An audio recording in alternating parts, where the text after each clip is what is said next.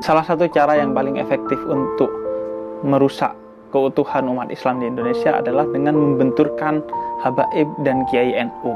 Karena Habaib dan Kiai NU adalah dua entitas Islam di Indonesia yang begitu kuat dan begitu besar pengaruhnya di Indonesia, termasuk juga kuantitas kepemilikan akan massa. Sehingga jika keduanya berbenturan, maka itu akan berakibat besar bagi rusaknya umat Islam dan peradaban Islam di Indonesia. Dan rusaknya umat Islam dan peradaban Islam di Indonesia berarti berpotensi besar bagi rusaknya bangsa Indonesia, karena mayoritas masyarakat Indonesia adalah umat Islam. Sehingga ketika umat Islamnya mengalami gejolak, maka kemungkinan besar akan berefek besar bagi eksistensi bangsa Indonesia. Oleh karena itu, penting bagi kita untuk terus menyadarkan masyarakat muslim di Indonesia tentang kesatuan antara Habaib dan Kiai NU, bahwa keduanya adalah satu kesatuan yang tidak terpisahkan sejak awal berdirinya Nahdlatul Ulama, sejak awal masuknya Islam ke Indonesia dan sampai hari ini. Ada banyak sekali hal yang bisa kita sampaikan tentang kesatuan antara Kiai Nahdlatul Ulama dengan Habaib. Sebelumnya, misalnya jika kita melihat pada aspek sejarah Nahdlatul Ulama itu sendiri sangat erat kaitannya dengan Habaib.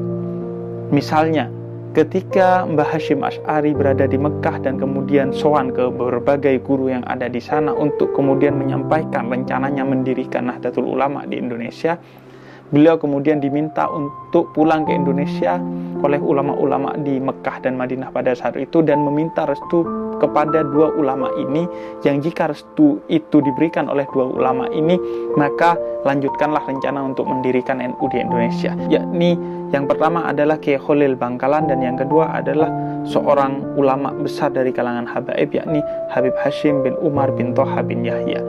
Dan ternyata kemudian kedua ulama besar ini memberikan restu sehingga kemudian berdirilah Nahdlatul Ulama. Selain itu juga, jika kita melihat hubungan Mbah Hasyim Asy'ari dengan Habaib, kedekatannya dapat dilihat di antaranya juga bahwa penulis biografi pertama Mbah Hasyim Asy'ari adalah seorang Habib, yakni Sayyid Muhammad Asy'ad Syihab.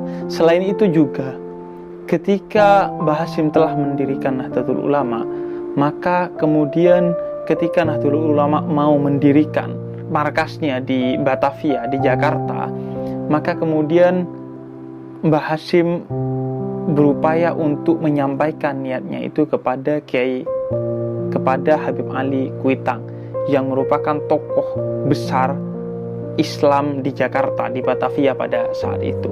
Kemudian sebelum Mbah Hasyim mendatangi Habib Ali Kuitang, maka Habib Ali Kuitang sudah terlebih dahulu mengutus salah seorang muridnya, yakni Kiai Ahmad Marzuki, untuk menemui Mbah Hasyim dan melihat aktivitas Nahdlatul Ulama saat itu, sehingga mendapatkan informasi tentang apa yang menjadi cita-cita, visi dan misi dari Nahdlatul Ulama itu.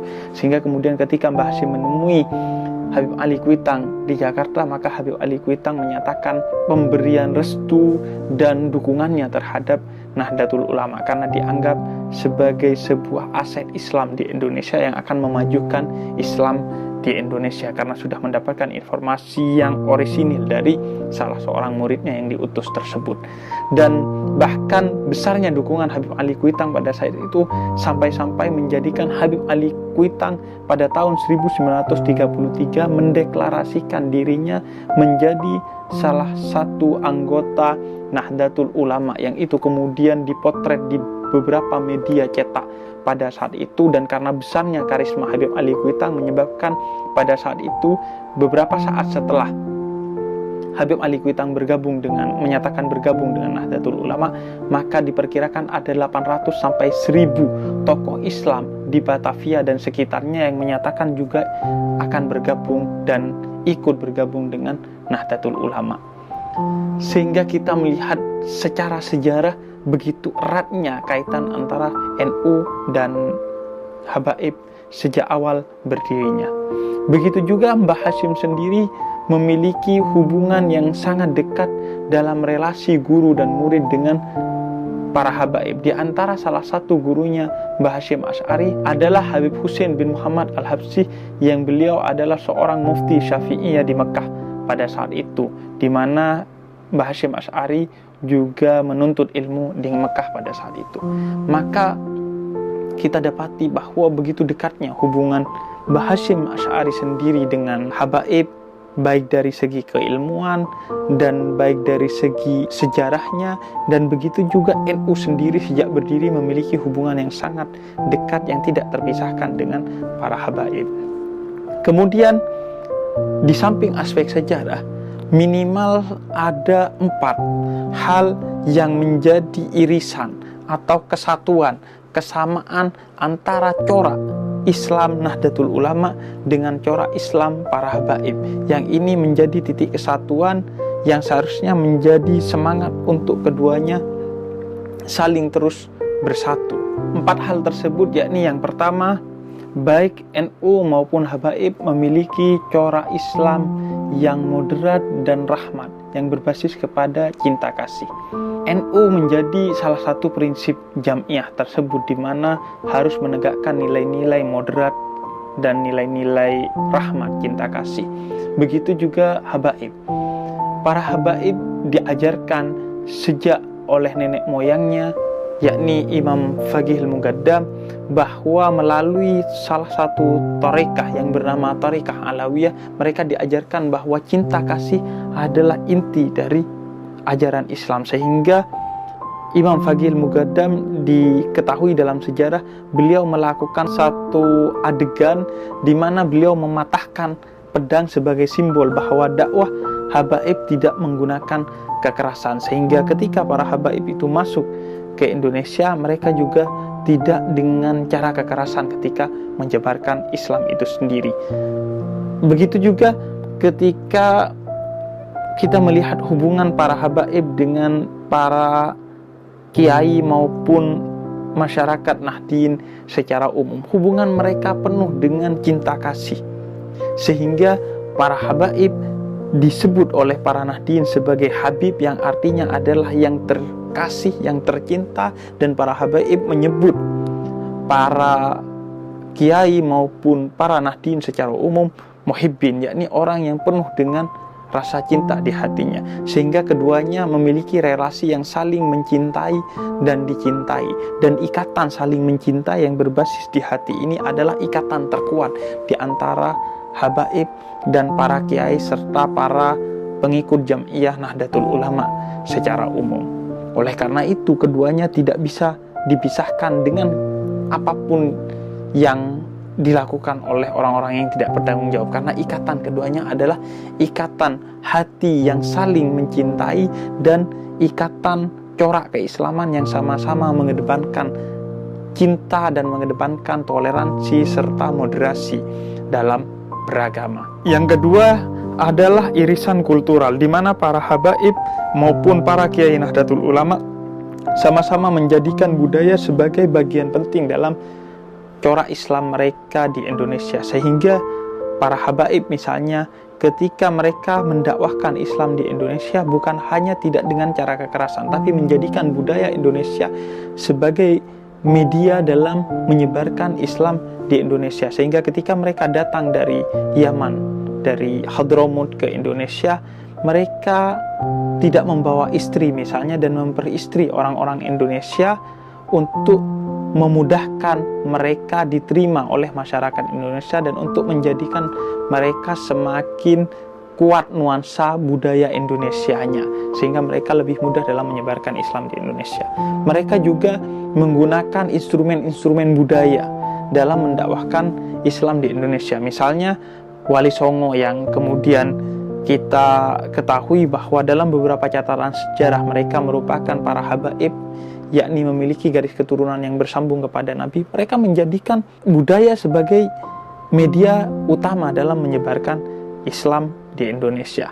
Begitu juga Nahdlatul Ulama. Nahdlatul Ulama menempatkan budaya sebagai salah satu bagian terpenting dari Islam di Indonesia dan menjadikan budaya sebagai media utama dalam berdakwah, sehingga pada tahun 2015 mereka mengukuhkan bahwa corak Islam Nahdlatul Ulama adalah Islam Nusantara, di mana budaya Indonesia adalah bagian penting dari keislaman masyarakat Nahdiyin dan dalam dakwah mereka di masyarakat Indonesia secara umum. Sehingga kita ketahui baik habaib dan masyarakat NU dan para kiai NU sama-sama menerima Islam Indonesia yang berbunga-bunga, dan bunga-bunganya itu adalah budaya, sehingga mereka menerima yang namanya selamatan, tahlilan, ziarah kubur yang sangat kental nuansanya Indonesia, dan berbagai ritual-ritual termasuk juga Maulid Nabi yang di dalamnya merupakan ritual yang bukan hanya khas Indonesia tapi juga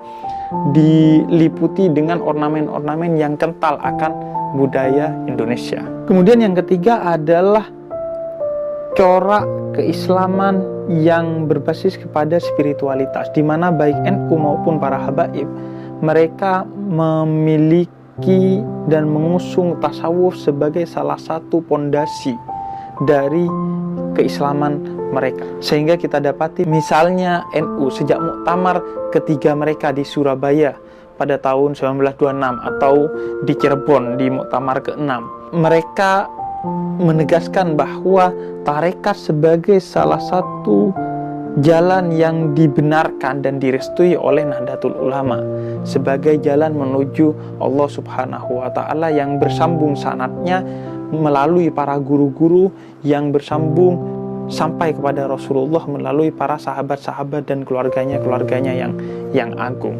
Sehingga kita dapati berbagai corak tarekat dianut oleh masyarakat dan para kiai NU di Indonesia. Begitu juga para habaib menjadikan tasawuf sebagai bagian penting dari corak keislaman mereka, sehingga mereka juga bahkan memiliki satu corak thariqah tersendiri yang disebut dengan thariqah Alawiyah, di mana secara turun-temurun mereka memegang teguh thariqah Alawiyah ini. Di antara amalannya di mana para habaib sangat kental di antara waktu maghrib dan isya membaca ratib haddad sebagai salah satu amalan dari thariqah Alawiyah. Dan dalam titik ini juga kita dapat melihat kesatuan antara tasawuf para habaib dan para Nahdiyin, orang-orang NU, di mana misalnya Kiai As'ad Syamsul Arifin menjadikan ratib haddad sebagai salah satu amalan penting bagi para santri-santrinya, dan sebagaimana itu juga menjadi amalan penting bagi para habaib dan seluruh komunitas keturunan Nabi khususnya di Indonesia. Adapun yang terakhir, kesatuan corak Islam Indonesia antara para habaib dan NU adalah pada aspek kebangsaan, di mana keduanya sama-sama menjadikan kecintaan kepada tanah air sebagai salah satu prinsip dalam keislaman mereka. NU misalnya memiliki prinsip yang begitu populer, yakni hubbul watan minal iman, di mana kecintaan pada negeri ditegaskan oleh NU sebagai bagian dari keimanan masyarakat NU dan kiai-kiai NU secara umum. Dan kita ketahui sampai sekarang betapa besarnya jasa Nahdlatul Ulama dan kecintaan mereka yang begitu besar kepada Indonesia. Begitu juga para habaib, mereka menjadikan kecintaan kepada Indonesia sebagai salah satu bagian penting dalam keislaman mereka, sehingga mereka misalnya sejak awal tahun 1900, yakni 1903, telah mendirikan Jamiat Khair, yakni lembaga pendidikan tertua yang didirikan oleh para habaib untuk mencerdaskan masyarakat Indonesia sehingga tidak mau lagi dibodohi oleh para penjajah dan bergerak sadar bahwa penjajahan adalah sesuatu yang tidak dibenarkan dan harus dilawan, dan kita harus mendirikan bangsa sendiri, yakni bangsa Indonesia. Selain itu juga kita dapati bahwa para habaib sejak awal di tahun 1934 telah bersumpah yang kemudian disebut sebagai Sumpah Pemuda keturunan Arab di Indonesia, bahwa mereka tanah airnya, meskipun mereka adalah keturunan dari Yaman, tapi mereka bersumpah bahwa tanah air mereka bukanlah Yaman, melainkan Indonesia. Dan sejak itu mereka juga berkontribusi bahkan secara politik dengan mendirikan Partai Arab Indonesia untuk mendorong kemerdekaan Indonesia, dan dibubarkan 1 tahun setelah Indonesia merdeka, karena memang partai itu benar-benar didirikan untuk memerdekakan Indonesia. Dan ketika Indonesia sudah merdeka, mereka kemudian membubarkan partai itu dan kembali masuk dalam ruang-ruang politik masyarakat, ruang-ruang sosial masyarakat, berbaur dengan orang Indonesia, karena mereka sejak awal telah bersumpah dan meyakini bahwa mereka adalah orang Indonesia yang bertanah air Indonesia, berdarah Indonesia, hidup di Indonesia, cinta kepada Indonesia, dan insya Allah akan mati di Indonesia dan untuk Indonesia. Maka dari 4 komponen itu kita belajar bahwa NU dan Habaib adalah 2 entitas yang memiliki titik kesatuan yang begitu besar, yang menjadikan keduanya tidak akan pernah terpisahkan, meskipun akhir-akhir ini kita dapati berbagai fitnah yang mencoba untuk mengadu domba beberapa kalangan di antara kedua kelompok ini, dengan tujuan yang pasti adalah tujuan buruk, yakni untuk menghancurkan masyarakat muslim di Indonesia dan secara umum untuk menghancurkan bangsa Indonesia. Karena jika sampai terjadi ketidakselarasan atau bahkan konflik di antara keduanya, maka umat Islam di Indonesia dan rakyat Indonesia benar-benar akan mendapatkan kerugian yang sangat besar yang tiada terkiranya. Maka penting bagi kita untuk menyadari, membaca sejarah kesatuan antara Habaib dan NU, dan juga menyadari bahwa kita diikat oleh banyak ikatan, dan ikatan utamanya adalah hati yang saling mencintai, sehingga kita tidak akan pernah terprovokasi oleh segala fitnah yang mau mengadu domba para Habaib dan para masyarakat Nahdlatul Ulama.